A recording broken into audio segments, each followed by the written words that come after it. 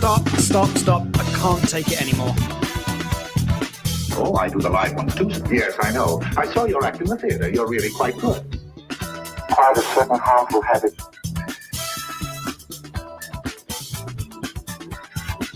Stop it now, I need it. Hello and welcome. We are breaking up with RBS. This is episode number 27, and I am Tawny Santabria. And I am JDK Winnikin. We are here as every week to debunk the junk, whatever that might happen to be at any given time. Mm-hmm. Hopefully we've established by now that there's a lot of junk out there to debunk. I think so. I think I talk about junk a lot. Well, there's always plenty of it, but also I think it's important to say that it's not, once you see it, it's not an impossible task to debunk it. You just kind of got to keep at it. Well, because it just keeps coming at you. Right. Same way you have to clean your house. Right. Yes. Dust keeps coming. Dust keeps coming. It's sort of like junk. It keeps coming. All right. Well, how was your week? My week was good. Yeah. Sun's starting to come out here in Seattle, which is awesome. Which is great. So I'm not sure everybody else around the country necessarily would fully appreciate that the way we are. I'm sure people in Alaska do. Right. And it's just for now, right? Because tomorrow could be something very different. Right. It's just the sun in general up here. Yes. All right. Well, last week, we had a lot of really positive feedback on last week's show on relationships is sort of what we were mainly talking about. And sort of the golden nugget of, this ability to get present no matter what is happening. We have this golden nugget of that ventral vagal safety system in ourselves that we can tap into that can help sift that out and debunk some of that junk, help us see what is actually real in a situation and what is junk in a situation. So, and boy, we always get interesting questions because we are talking about different ways of viewing things, incorporating things. You got a lot of things on this. So how would you phrase what we're doing? What are we doing? We're basically trying to rewire things. Okay. Right? Yeah. So we've got, those stories that we've carried around for a long time that tell us what things mean, who we are, who other people are, tend to be quite influential in how we live our life. And so, we know now that the brain we're able to kind of shift things and rewire things. So I kind of think about it as like the old school maps. So, when we used to get the map out actually, and it was on paper. Oh yeah. Like the Thomas guides or something like that. Oh yeah. Remember those days? Oh man. Yes. Yes, I do. Yeah. So we'd get those out and we would see quite quickly. We would see where the highways were. And then we would see, if we looked close enough, the rural roads. Right. So imagine that this map on this page of the Thomas Guide is your brain. Okay. And you see the superhighways.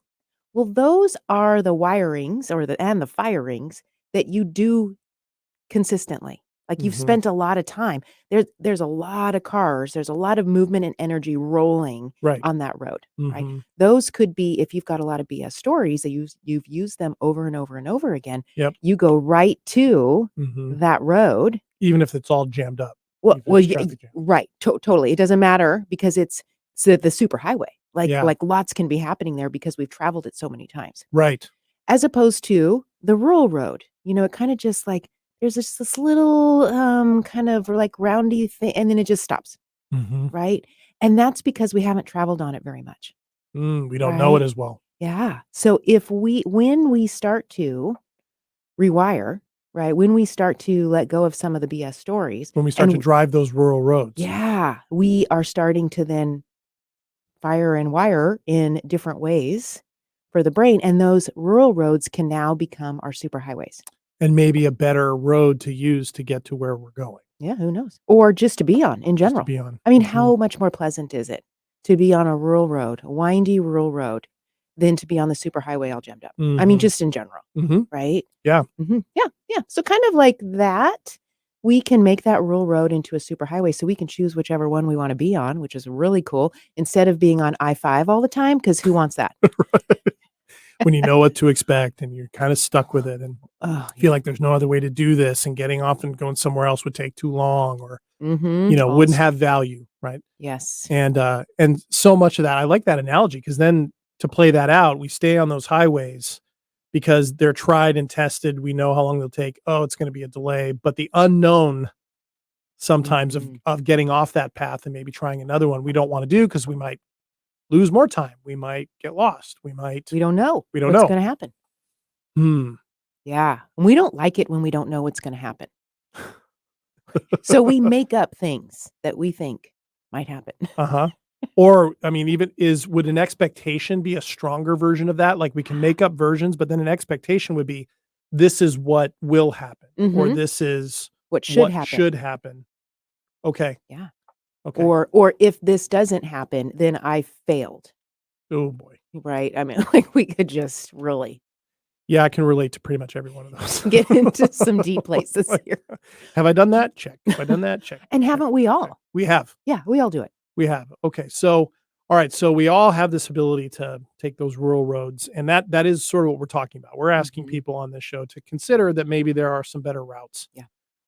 And one of my experiences in doing that kind of travels, when you go the back roads and things like that, you end up having a different experience than you would, again, if you're just kind of taking the road to get to a destination, where all of that becomes sort of in the moment part of the enjoyment.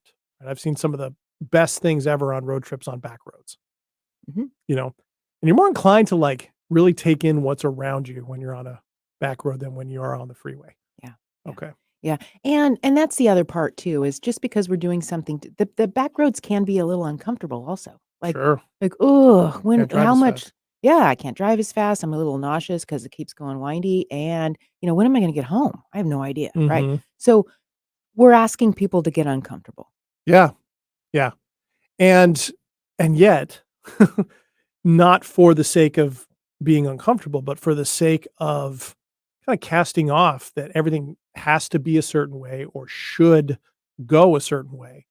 And those are the big BS stories, it seems to me, are the ones that we tell ourselves about how life should be at this point, or, if it's about the future, where I need to get to in order to be happy or to feel fulfilled or to have meaning.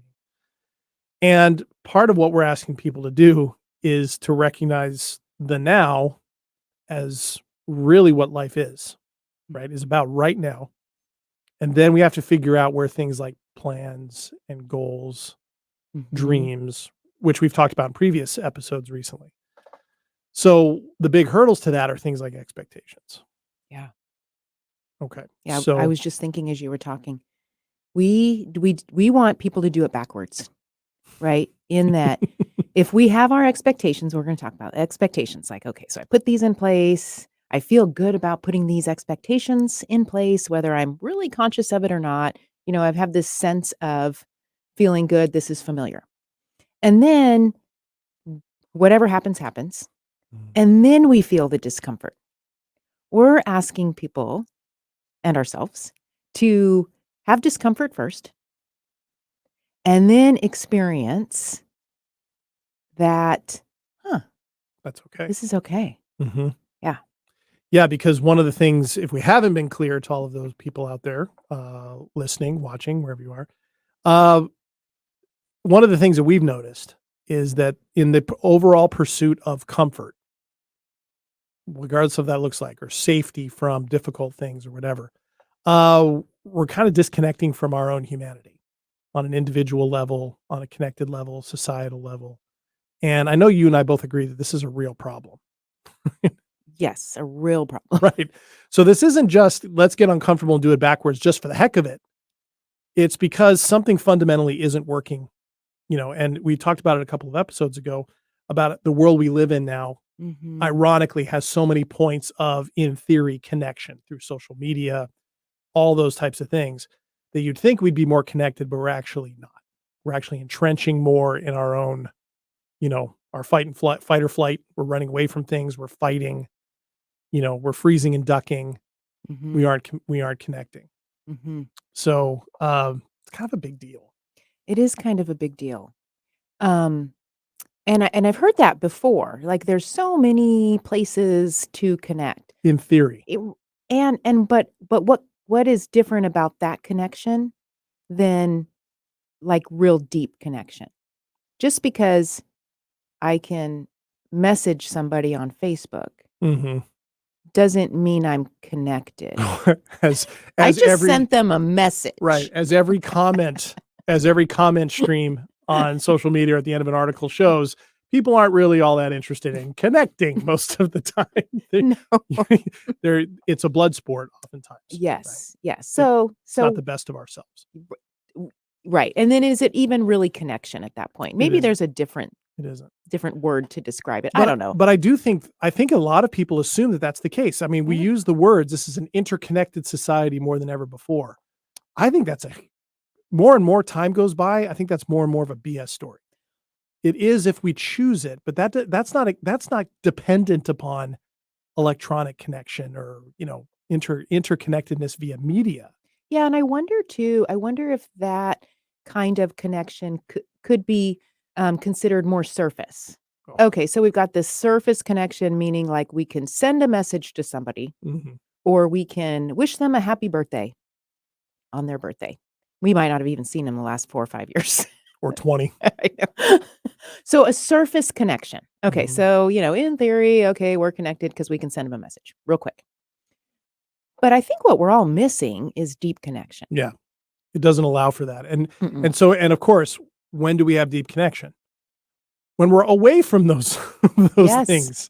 When we're in person, when we're talking on the phone, when it's one-on-one somehow.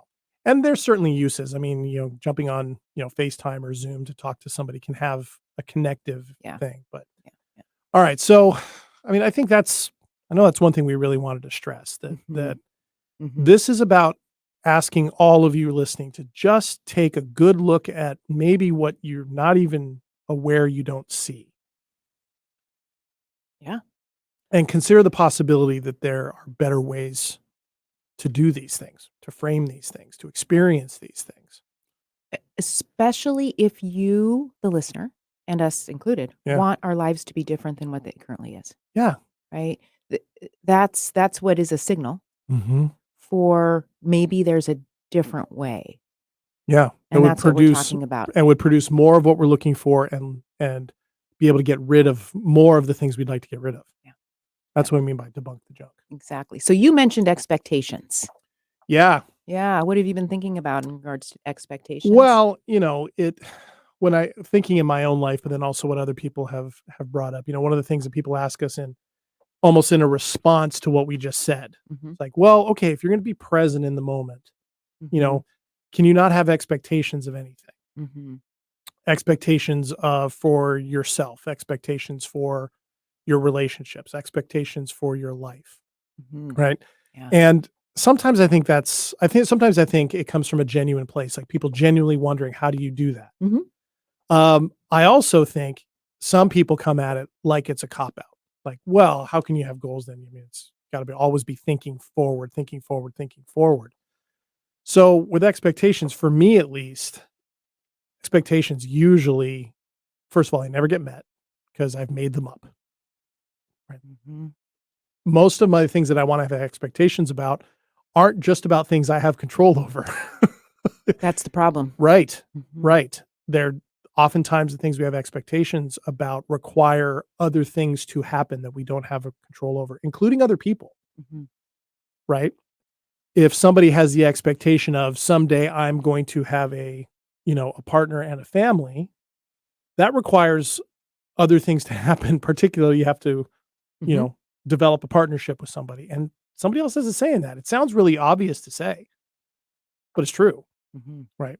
Yeah. What do you say when those things come up? Do you ever get that from anybody? Like, oh yeah, expectations. I love expectations, the conversations about expectations, because the expectations are sort of like a take it for granted idea, right? Like they just, all of a sudden we're at a certain age in life and we've got some expectations, right? But we don't really talk about them necessarily. We hold them inside, or sometimes we do talk about them, especially if we're not pleased, right? somebody didn't meet our expectations, or Right. we're not pleased with ourselves because we didn't meet our expectations. Or you hear people say, "Oh, you really have high expectations." Right? And so I love the conversations around Well, it's kind of expectations. a loaded word. It can mean a It lot of different is. things. It Yeah. can. And so Yeah. that's part of the first part, right? Like is an expectation kind of like a goal? Is an expectation an outcome? Is an expectation something that is just like a universal truth type of thing? This is supposed to happen Yeah. in my 20s, Mhm. right? Like have we even really considered what are our expectations, right? So it's a fun conversation because we really get to dig deep into Mhm. values, into sort of intentions too, Mhm. right? And also what do we control and what do we actually not control, right? Mhm. Yeah. So sometimes we've got those expectations in areas where we can't really control, like you were just talking about. Mhm. And then what happens? Oh man. Depends. Like if I have an expectation that isn't met, there's a really good chance that I'm going to feel disappointment, but depending on what it is, I might also be angry, resentful, right? And it could go in a million directions. If it's about a person, it could be directed at them. If I could direct it at me, how stupid was I for expecting this, or I should have known better, or, self-language can be tough. Get mad at the universe, get mad at life, Oh yeah. right? Mhm. Find somebody to blame, right? It's because this isn't working for me. Somebody must be out to blame. And then of course the stories can go nuts. I don't do this as much, but I know people who do. It becomes somebody's out there to screw me over, Mhm. or, the universe is out to screw me over, or whatever. And suddenly I am so far away from anything resembling reality. Yes, the expectations take us out of reality, Mhm. right? Instead of being able to be with what is right now, whatever that may be, in whatever it is that we're doing, Mhm. we're often thinking about how it should be or how we're going to get to, Yeah. or what's getting in the way of us getting to, Mhm. instead of being here right now. And then the other part about expectations is we want to be careful. We're not saying like, have no expectations and expectations are terrible and they're only going to lead to disappointment. Right. Because what some folks do is they say, nope, I'm not going to have an expectation of anything. But what that ends up looking like is sort of apathy. Yeah, it can be a doormat if you aren't careful. It can, Yeah. in and of itself, not having expectations can lead to a lot of suffering and stories Right. and struggle. Yeah.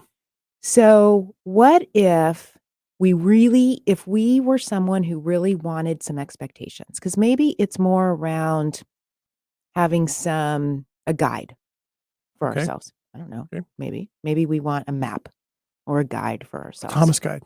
Thomas guide. Here we are again. When I was a 911 dispatcher, we still used those. Oh man. I would have to look those things up on the Thomas guide. Wow. Anyways, that's Yeah. another story. Yeah. I love taking those. forever. Well, we got really good at them.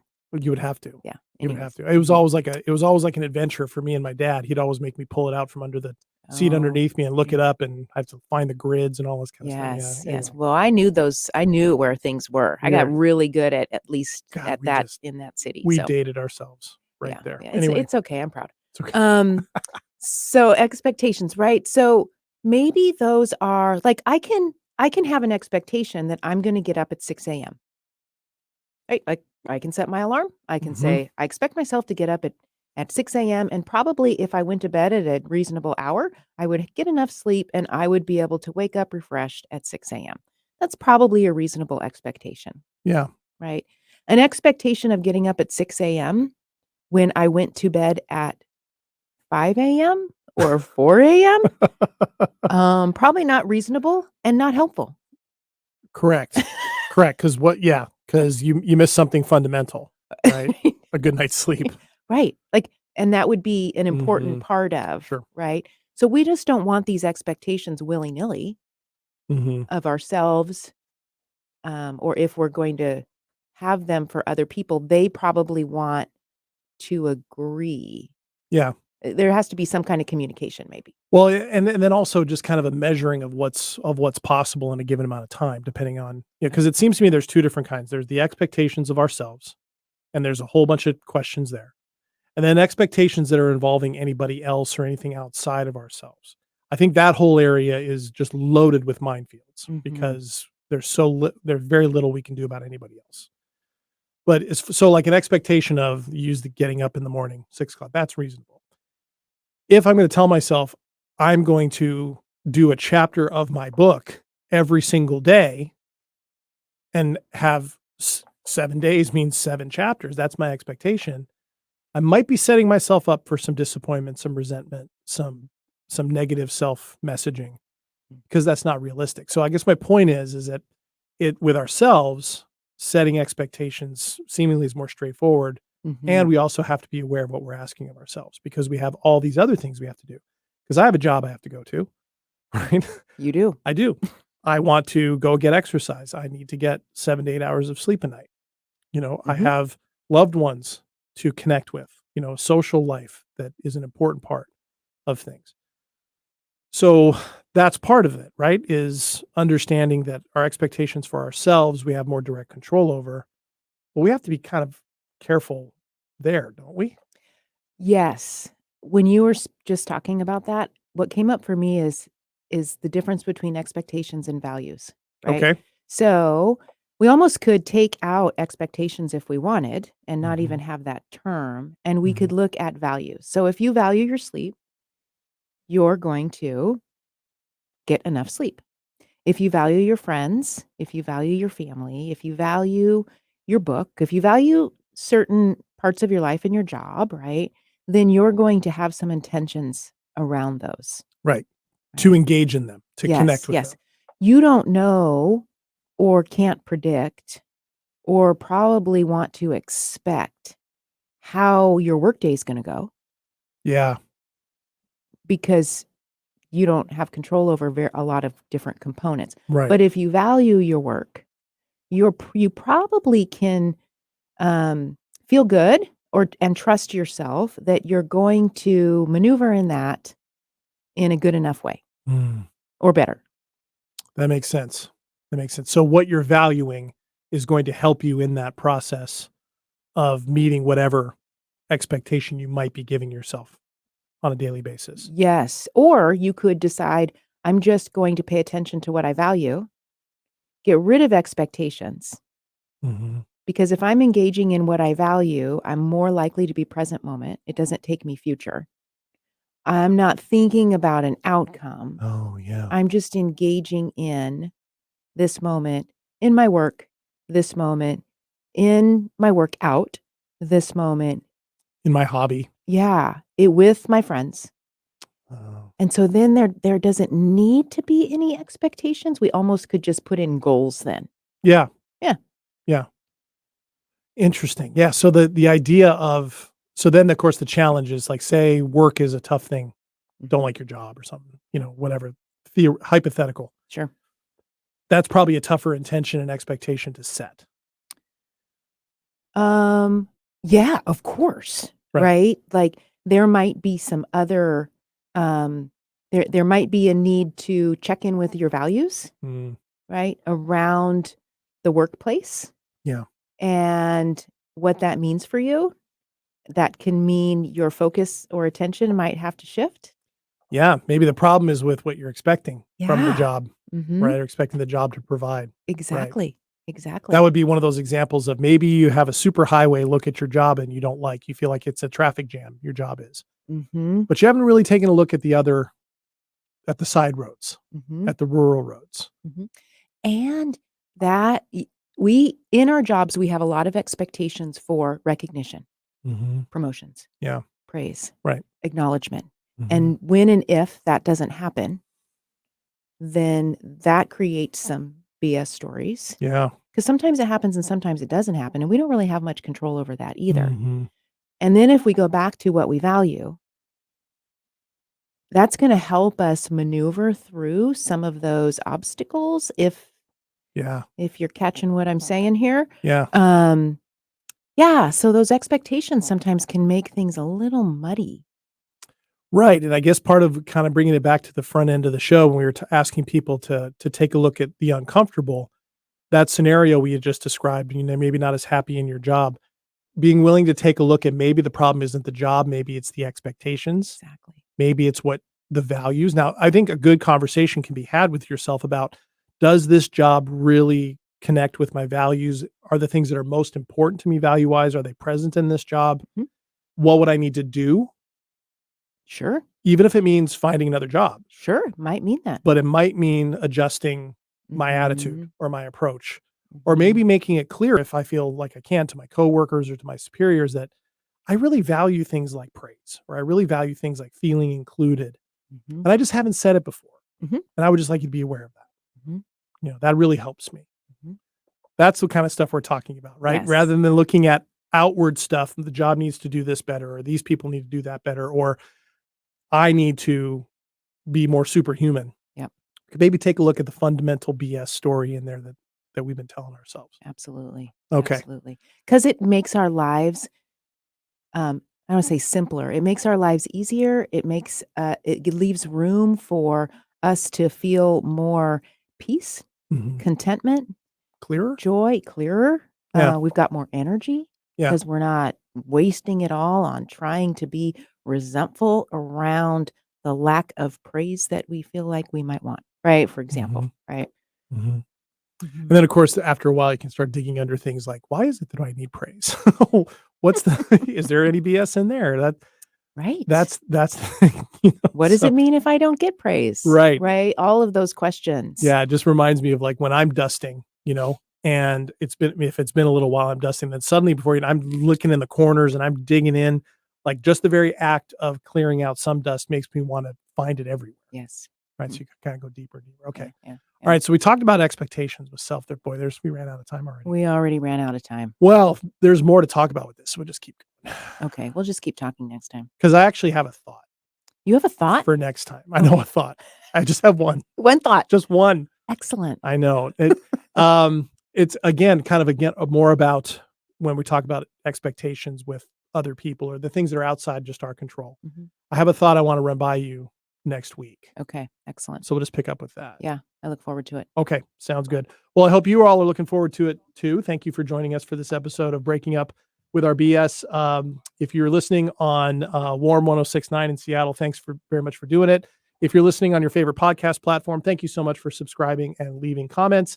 And certainly the same with our YouTube channel. And be sure to look up our Facebook group page, Breaking Up with Our BS, and you can join that for content in between episodes. So until next time, I am JDK Winnikin. And I'm Tawny Santabria. Thanks for joining us, and we will see you later. All right. I'm in my groove. Here we go.